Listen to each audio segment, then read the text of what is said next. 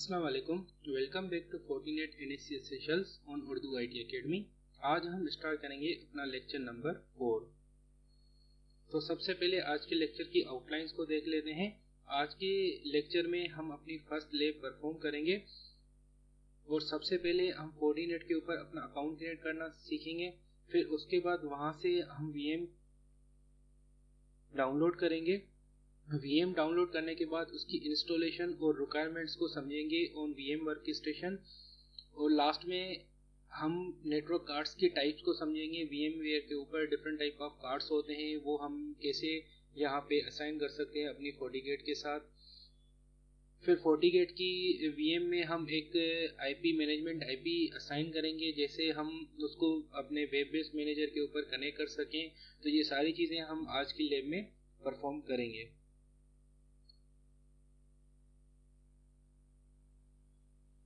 Now let's just recap to last lecture. तो दोस्तों, last lecture में हमने FortiGate का शॉर्ट इंट्रोडक्शन किया था और FortiGate की डिफरेंट प्रोडक्ट्स को भी पढ़ा था। Different type of FortiGate categories को समझा, जिसमें चेजेस बेस्ड फायरवॉल हो गई आपकी, high mid and entry level की फायरवॉल सीरीज के बारे में या उनके मॉड्यूल्स के बारे में भी समझा था। लास्ट लेक्चर में मोस्ट इंपॉर्टेंट इनग्रेस और इग्रेस ट्रैफिक किसे कहा जाता है और इसका फ्लो FortiGate में कैसे होता है, ये सारा हमने बहुत डिटेल्स में लास्ट लेक्चर में कवर किया था। तो स्टार्ट करते हैं आज की लैब को।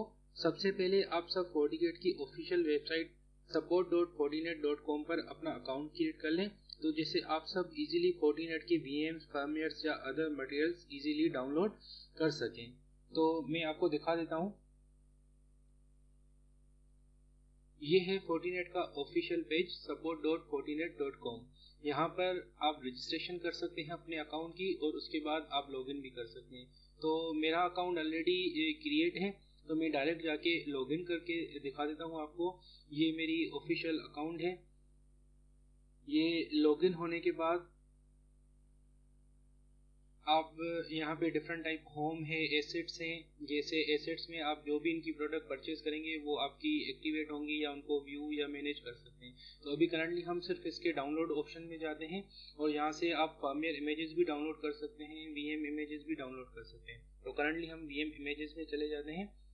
VM इमेजेस में जाने के बाद आपको यहाँ पे सबसे पहले आपको प्रोडक्ट सेलेक्ट करनी पड़ेगी कि VM आप किस प्रोडक्ट का चाहते हैं। जैसे यहाँ पे आपको देख रहे हैं Forti एनालाइजर है, FortiGate, Forti मैनेजर। तो हम FortiGate सेलेक्ट करेंगे और उसके बाद आप प्लेटफॉर्म सेलेक्ट करेंगे। तो प्लेटफॉर्म में अभी करंटली हम VM EXXI का प्लेटफॉर्म सेलेक्ट करेंगे, पर अगर आपके पास Hyper-V है या अदर कोई प्लेटफॉर्म है तो आप उसके अगेंस्ट भी VM डाउनलोड कर सकते हैं। पर अभी करंटली हम VMware EXXI को डाउनलोड करते हैं और उसके बाद हम वर्जन सेलेक्ट कर सकते हैं VM के कौन से वर्जन की हमें VM चाहिए। तो करंटली हम 6.09 करते हैं, क्योंकि उसके बाद हम देखेंगे कि उसको अपग्रेड करके 6.23 पे हम कैसे कर सकते हैं। तो यहाँ पे आपको दो तरह के पैकेजेस नजर आ रहे हैं। एक आपका अपग्रेड फ्रॉम प्रीवियस वर्जन या फिर आपको न्यू डिप्लॉयमेंट FortiGate की करनी है। तो हमें यहाँ पे न्यू डिप्लॉयमेंट करनी है, तो मैं इसको डाउनलोड कर लेता हूँ।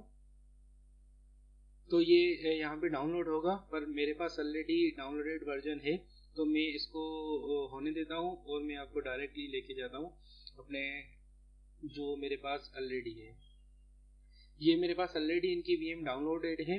तो इसको सबसे पहले आप एक्सट्रैक्ट करेंगे यहीं पे। तो जैसे हम इसमें से वो यूज कर लें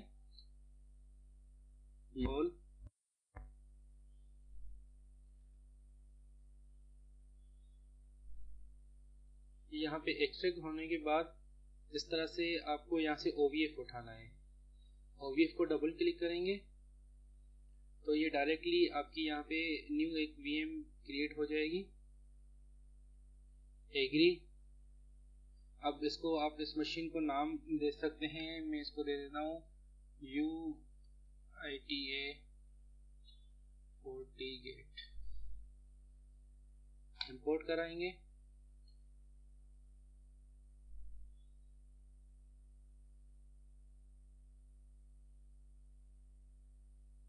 ये इंपोर्ट होने के बाद आपके पास आ जाएगी। अब इसकी कुछ कॉन्फ़िगरेशन नेटवर्क कार्ड्स की हम देख लेते हैं यहाँ पे, जो कि मैं आपको डिटेल में भी लेक्चर में समझा लेता हूँ। मैं आपको सिर्फ थोड़ा बहुत इनके नेटवर्क कार्ड्स के बारे में दिखा दूं। तो जी ये देखें, ये हमारी इसकी हार्डवेयर डिस्क्रिप्शन से इस वीएम की जो हमने कोऑर्डिनेट की वेबसाइट से उठाई है। इसमें आपके टोटल 11 नेटवर्क कार्ड्स हैं, पर अभी हमें करंटली इतने नहीं चाहिए तो हम इनको रिमूव कर देते हैं। इनको रिमूव इसलिए मैं कर रहा हूँ क्योंकि जितने ज़्यादा कार्ड्स होंगे उतनी ज़्यादा आपकी मेमोरी कंजप्ट होगी या रिक्वायर्ड होगी इसके सिस्टम के ऊपर। तो ऐसा हमें इतने कार्ड्स की रिक्वायरमेंट नहीं है, हम सिर्फ 3 कार्ड ही इसमें रखेंगे जो कि हम उसी के ऊपर अपनी लिस्ट परफॉर्म करेंगे। तो आप ये देख रहे होंगे कि इसमें डिफरेंट टाइप के नेटवर्क कार्ड्स हैं और हर नेटवर्क कार्ड किसी ना किसी डिवाइस इसके नेटवर्क कनेक्शन के साथ कनेक्टेड है। आप देख रहे होंगे यहाँ पे 3 तरह के नेटवर्क कार्ड्स हैं, एक ब्रिज मोड है, एक नेट मोड है और एक आपका होस्ट ओनली मोड है। इन तीनों मोड्स को हम आगे अपने लेक्चर में पहले समझ लेते हैं, फिर हम इस लैब को कंटिन्यू करते हैं। तो जी ये हमने अपना अकाउंट क्रिएट कर लिया। उस अकाउंट के बाद हमारे पास छोटी सी रिक्वायरमेंट्स को देख लेते हैं कि इस वीएम को बनाने के लिए आपके सिस्टम में क्या रिक्वायरमेंट्स होनी चाहिए। तो एज सच तो कोई हार्ड रिक्वायरमेंट नहीं है, सिंपली आपको एक वीएम वर्कस्टेशन डाउनलोड करना है। उसको डाउनलोड करने के बाद आप के पास मिनिमम 1 GB रैम होना चाहिए अपने इस FortiGate की मशीन के लिए और 2 GB हार्ड डिस्क होना चाहिए। पर ये जस्ट आपके इस लैब परफॉर्मेंस के लिए है, पर अदरवाइज अगर आप किसी ऑर्गेनाइजेशन में इसी चीज़ को वीएम को इंस्टॉल करेंगे तो वो डिपेंड कर रहा है आपकी रिक्वायरमेंट और परफॉर्मेंस के ऊपर कि आप उस FortiNet की वीएम में क्या चाहते हो। और प्रोसेसर सिंगल प्रोसेसर के ऊपर अभी हमारी लैब परफॉर्म हो जाएगी, पर लाइव इन्वायरमेंट में इसकी रिक्वायरमेंट वेरी कर सकती है और आपकी रिक्वायरमेंट्स के ऊपर वो डिपेंड कर सकती है। तो जैसे कि अभी हमने देखा हमारे पास वर्चुअल मशीन को कॉन्फ़िगर करने से पहले कुछ नेटवर्क कार्ड्स की कॉन्फ़िगरेशन होती है। तो उन डिफरेंट नेटवर्क कार्ड्स को हम पहले समझ लेते हैं, फिर जैसे हमें लैब में वो इजीली समझ में आएंगे कि उनका नेट मोड या फिर डिफरेंट टाइप ऑफ जो मोड आ रहे थे उनका डिफरेंस क्या है। तो दोस्तों हमारे पास वीएम वर्कस्टेशन में नेटवर्क कार्ड के 3 टाइप्स होते हैं जिनको हम कहते हैं ब्रिज मोड, नेट मोड और होस्ट ओनली मोड। तो by default bridge mode VMNet 0 के ऊपर होता है और नेट मोड आपका VMNet 8 के ऊपर होता है और होस्ट ओनली VMNet 1 के ऊपर होता है। और नेट मोड में और होस्ट ओनली मोड में आपको by default DHCP server enable मिलता है। आप इसको इनेबल या डिसेबल कर सकते हैं, ये आपके ऊपर डिपेंड कर रहा है, आपके रिक्वायरमेंट्स के ऊपर डिपेंड कर रहा है।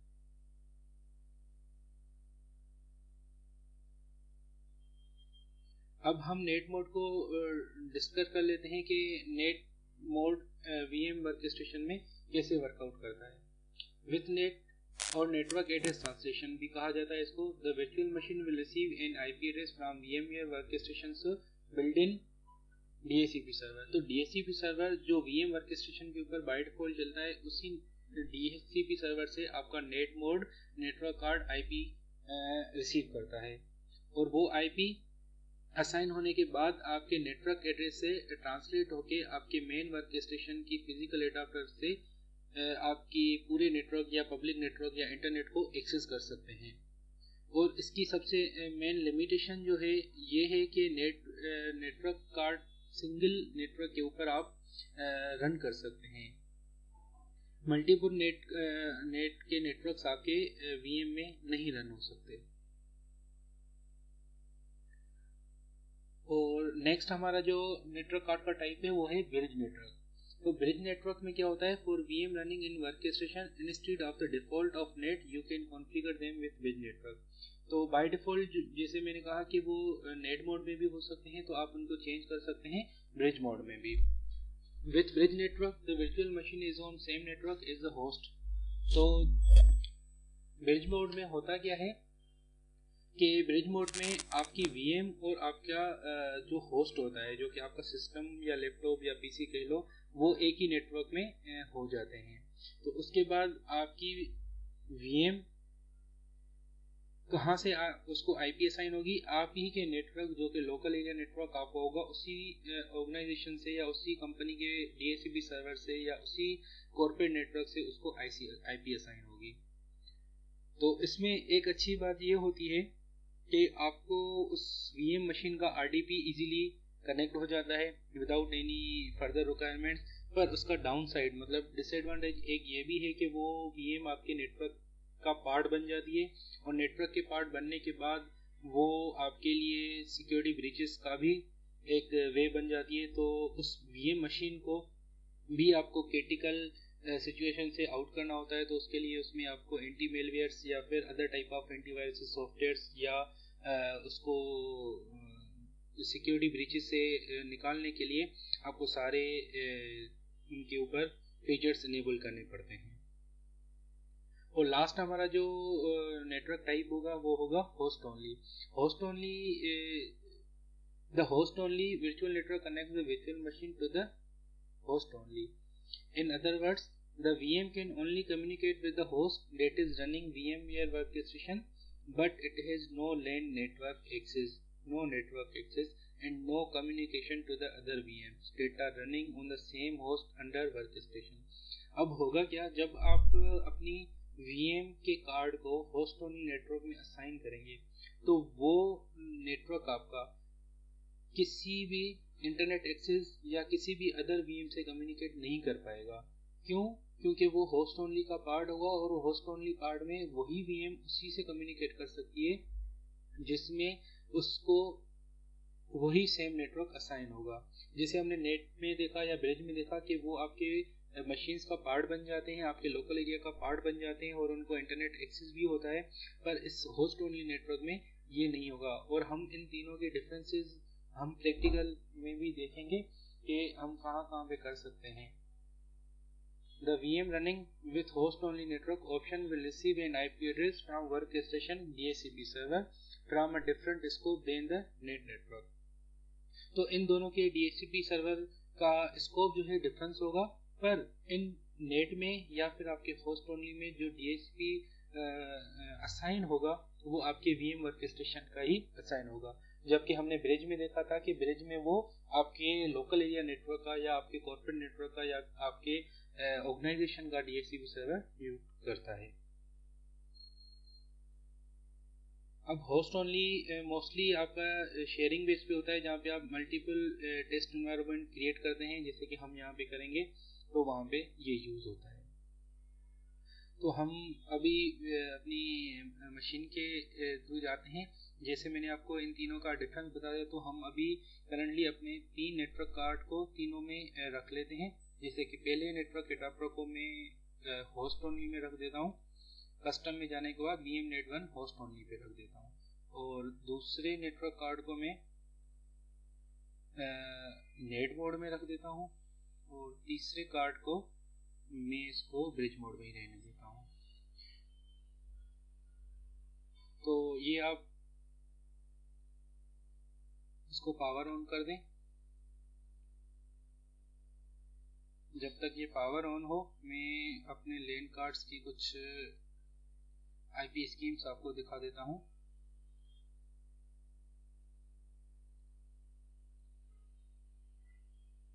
अच्छा, तो ये मेरे पास आप देख रहे होंगे 2 नेटवर्क कार्ड हैं VM के, VM नेटवर्क एडाप्टर VMnet1 और VMnet8। आप देख रहे होंगे इसमें ये भी इनेबल है, ये भी इनेबल है।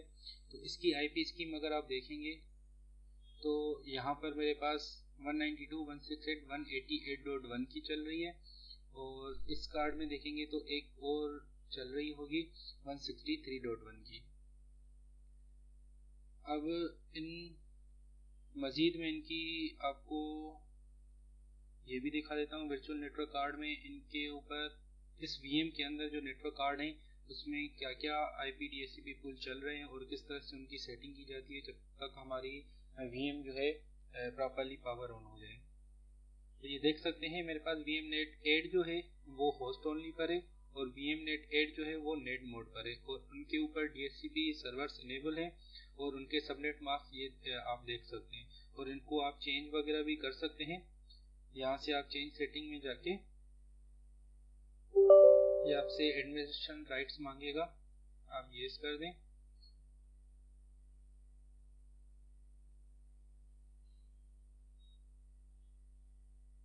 ये देखें, अब मेरे पास 3 नेटवर्क कार्ड शो हो रहे हैं। एक मेरा ब्रिज मोड में है जो कि ऑटो ब्रिजिंग मोड में होता है, और VMNet और नेट मोड। आप यहाँ पे जाके इनकी सारी चीज़ें चेंज कर सकते हैं।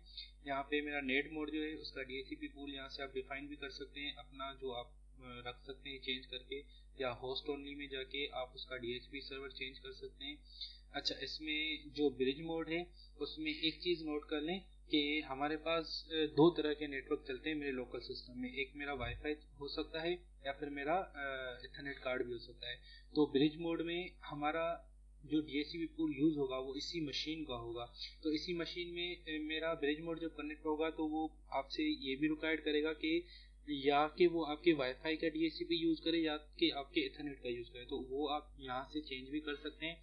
ये तो अभी मेरे पास ऑटोमेटिक पे था, या फिर आप सिलेक्ट भी कर सकते हैं कि आपका कौन सा कार्ड यूज़ हो, आपका वायरलेस हो या फिर आपका इथरनेट हो। अभी मैं इसको ऑटोमेटिक पे ही रखता हूँ, ओके कर देता हूँ। तो ये मेरी VM भी ऑन हो गई है और VM की सेटिंग भी आ गई है। ये सबसे पहले मुझसे लॉगिन पासवर्ड मांग रहा है। तो जो फोर्टीनेट का डिफ़ॉल्ट यूज़र नेम होता है वो एडमिन होता है और इसका पासवर्ड कुछ भी नहीं होता। ठीक है, तो मैं FortiGate की VM में इंटर हो चुका हूँ और मेरे पास उसका GUI मोड आ चुका है। तो सबसे पहले हम इसको एक IP असाइन कर देते हैं इसके लैंड कार्ड के ऊपर, तो जैसे हम इसका GUI मोड ले सकें। तो उसको करने से पहले इसकी कमांड्स होती हैं configure system interface. Configure system interface में जाके एडिट, या आप देख भी सकते हैं शो करके आपके कौन से पोर्ट्स हैं। ये देखें, पोर्ट 1 है, पोर्ट 2, पोर्ट 3 या फिर पोर्ट 4, जितने भी अभी आपने देखा होगा हमारे पास सिर्फ 4 ही इंटरफेस कार्ड्स हैं, तो इसलिए इसमें पोर्ट 4 नज़र आ रही है। अगर उसमें 10 होते तो वो पोर्ट 10 तक लेके आता। तो मुझे किसी भी पोर्ट में इंटर होने के लिए एडिट पोर्ट 1 करना पड़ेगा। अभी हम पोर्ट 1 के ऊपर इसकी IP असाइन कर लेते हैं।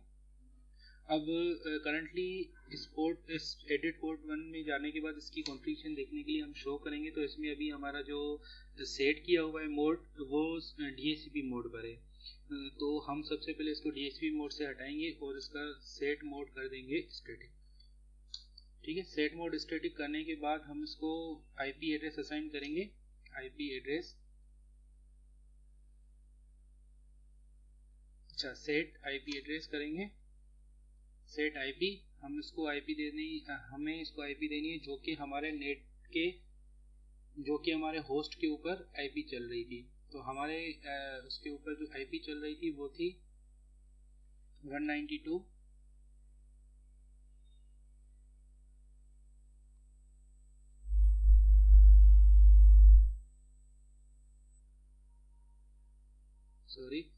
यहाँ पर हमारी IP जो स्कीम चल रही थी हमारे होस्ट नेटवर्क के ऊपर 192.168.1 की। तो हम इसको अभी के लिए दे देते हैं 192.168.188.10 और इसका सबनेट मास्क हम असाइन कर देते हैं इसको 0। ठीक है, ये हमारी IP इसके ऊपर ऐड हो गई। अब उसके बाद हम इसके ऊपर सब एक्सेस अलो कराएंगे कि हमें इस इंटरफेस के ऊपर क्या क्या एक्सेस चाहिए। तो हमें पिंग चाहिए, आपका HTTP चाहिए, HTTPS चाहिए, टेलनेट चाहिए और उसके अलावा आपका SSH चाहिए और अभी के लिए ENF है। ये हमारा कॉन्फ़िगर हो चुका है। नेक्स्ट करेंगे और एंड कर देंगे। ये एंड हो चुका है। ठीक है, अब हम इसको मिनिमाइज करके देख लेते हैं कि हमारे पास क्या इस IP का तो जी अब हम देख लेते हैं जो हम IP कॉन्फ़िगर करके आए क्या हम उसका पिंग वगैरह ले सकते हैं। HTTP देख लेते हैं। तो सबसे पहले हम उस IP को पिंग करके देखते हैं। तो हमने IP रखी थी 192.168.188.10। तो जी बिल्कुल हमारे पास उसका पिंग आ चुका है।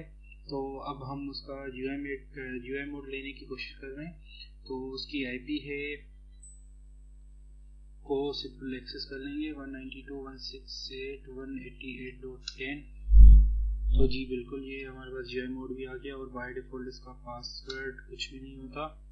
और ये सबसे पहले हमें क्या है कि पासवर्ड चेंज कर लें। तो जी बिल्कुल कर लेते हैं पासवर्ड चेंज और इसको पासवर्ड में दे देता हूँ जी। इसका पासवर्ड भी चेंज हो चुका है। इसको हम मज़ीद एक्सेस कर लेते हैं ये रिबूट और स्कैन मांग रहा है, हम इसको बाद में कर देते हैं, रिमाइंड मी लेटर करवा देता हूँ। अच्छा जी, तो ये हो गया आपका Fortinet VM का GUI मोड। ये उसका डैशबोर्ड है, इसमें आपको बहुत सारी इंफॉर्मेशन नज़र आ रही होगी, जैसा कि उसका होस्ट नेम, सीरियल नंबर, उसका फर्मवेयर वर्जन जो भी चल रहा है, उसका मोड, नेट और फ्लो बेस्ड मोड। हमने याद होगा आपको प्रॉक्सी और फ्लो बेस्ड में अपने लेक्चर नंबर 3 में पढ़ा था। और उसके अलावा उसका सिस्टम का टाइम, अप टाइम कितना है मशीन का, और उसकी वर्चुअल मशीन की कुछ इंफॉर्मेशन, लाइसेंस की इंफॉर्मेशन, इसके अलावा आपका CPU utilization, memory utilization, sessions कितने चल रहे हैं, ये सारी चीज़ें आपको इस मेन डैशबोर्ड में FortiGate के आपको नज़र आ जाएंगी। उसके बाद इसके ये कुछ और फीचर्स हैं जिनको हम आहिस्ता आहिस्ता करके रिव्यू करते रहेंगे। तो अब ये हमने HTTP मोड तो इसका देख लिया, अब हम इसको देख लेते हैं क्या इसका हम टेलनेट या SSH ले पाते हैं। तो सबसे पहले हम इसको टेलनेट करके देख लेते हैं, सॉरी SSH करके देख लेते हैं 192.168.188.10। तो जी बिल्कुल, ये हमारे पास SSH आ गया। अब इसका पासवर्ड हमने न्यू सेट किया था, तो जी ये आपका आ गया आपके पास SSH मोड। अब हम इसका टेलनेट मोड भी देख लेते हैं क्या वो हमारे पास आ रहा है। तो टेलनेट के लिए मैं इसको टेलनेट सेलेक्ट कर लेता हूँ 192.168.188.10। तो जी बिल्कुल, ये हमारे पास टेलनेट मोड भी आ गया। तो दोस्तों ये हमारे पास तीनों इसके स्टेटस अवेलेबल है, आपका SSH, आपका टेलनेट और आपका HTTP मतलब के GUI बेस्ड, तीनों मोड हैं। अब मैं क्या करता हूँ, एक चीज़ आपको और दिखा देता हूँ। जो हमने इंटरफेस मैन्युअल कॉन्फ़िगर किया था CLI के थ्रू, अब वो GUI के थ्रू भी हम कर सकते हैं। तो ये है, तो मैं सिंपल सा एक आपको दिखा देता हूँ कि लेट सपोज मैं यहाँ से इसका टेलनेट ऑफ कर देता हूँ। मैंने इसका टेलनेट ऑफ कर दिया। अब मैं देख लेता हूँ क्या मैं इसका टेलनेट ले पाता हूँ। ये मेरे पास पुराना टेलनेट का सेशन है, तो मैं कर देता हूँ क्लोज, और मैं एक बार दोबारा इसका सेशन लेता हूँ वाया टेलनेट 192.168.188.10। तो जी नहीं, मैं अभी इसका टेलनेट सेशन नहीं ले पा रहा, मुझे ये कुछ भी इंफॉर्मेशन नहीं दे रहा, क्योंकि मैंने इसका एडमिनिस्ट्रेटिव एक्सेस में जाके इसका टेलनेट बंद कर दिया था। तो इसकी वजह से अब मैं इस फायरवॉल का टेलनेट एक्सेस नहीं कर पा रहा। तो just like this it will work. और इसमें मैं एक चीज़ और आपको दिखा दूँ कि इसमें आपको इसकी लाइसेंस की इंफॉर्मेशन की कब मिलेगी कि आपके पास ये अब तक अवेलेबल है। ये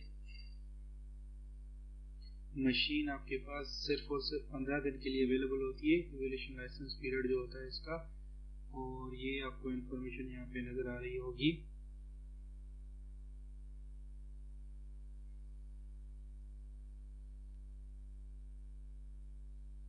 ये देखें 2020-3/2, आज हमारी डेट है 16 तारीख। तो बिल्कुल 15 दिन के बाद ये एक्सपायर हो जाएगी ये VM हमारी। तो जो फ्री लाइसेंस होता है वो 15 दिन तक चलता है, और वो भी लिमिटेशंस के साथ। या आप उसकी फर्मवेयर की डिटेल देख सकते हैं जो हमें मशीन्स में अवेलेबल हैं। तो सिर्फ मेरा मकसद यहाँ पे दिखाने का ये था कि ये 15 दिन के बाद आपकी VM एक्सपायर हो जाएगी और आपको दोबारा करनी पड़ेगी। तो दोस्तों इसके अलावा मैं आपको एक चीज़ और भी दिखा देता हूँ यहाँ पे। अब आपने एक इंटरफेस को तो अपने CLI के थ्रू कॉन्फ़िगर कर दिया और उसके थ्रू आपने GUI को एक्सेस कर लिया। अब मैं पोर्ट 2 को जो है एक DHCP के थ्रू एक्सेस करने की करता हूँ कि इसको DHCP से IP क्या मिल रही है। अब मैंने इसका सिंपल इंटरफेस में जाके इसको DHCP सेट करना है, और उसके भी मैं बिंग रेस्पॉन्स ओपन कर देता हूँ, ओके कर देता हूँ। अभी देखते हैं इसको कोई IP मिल रही है या नहीं।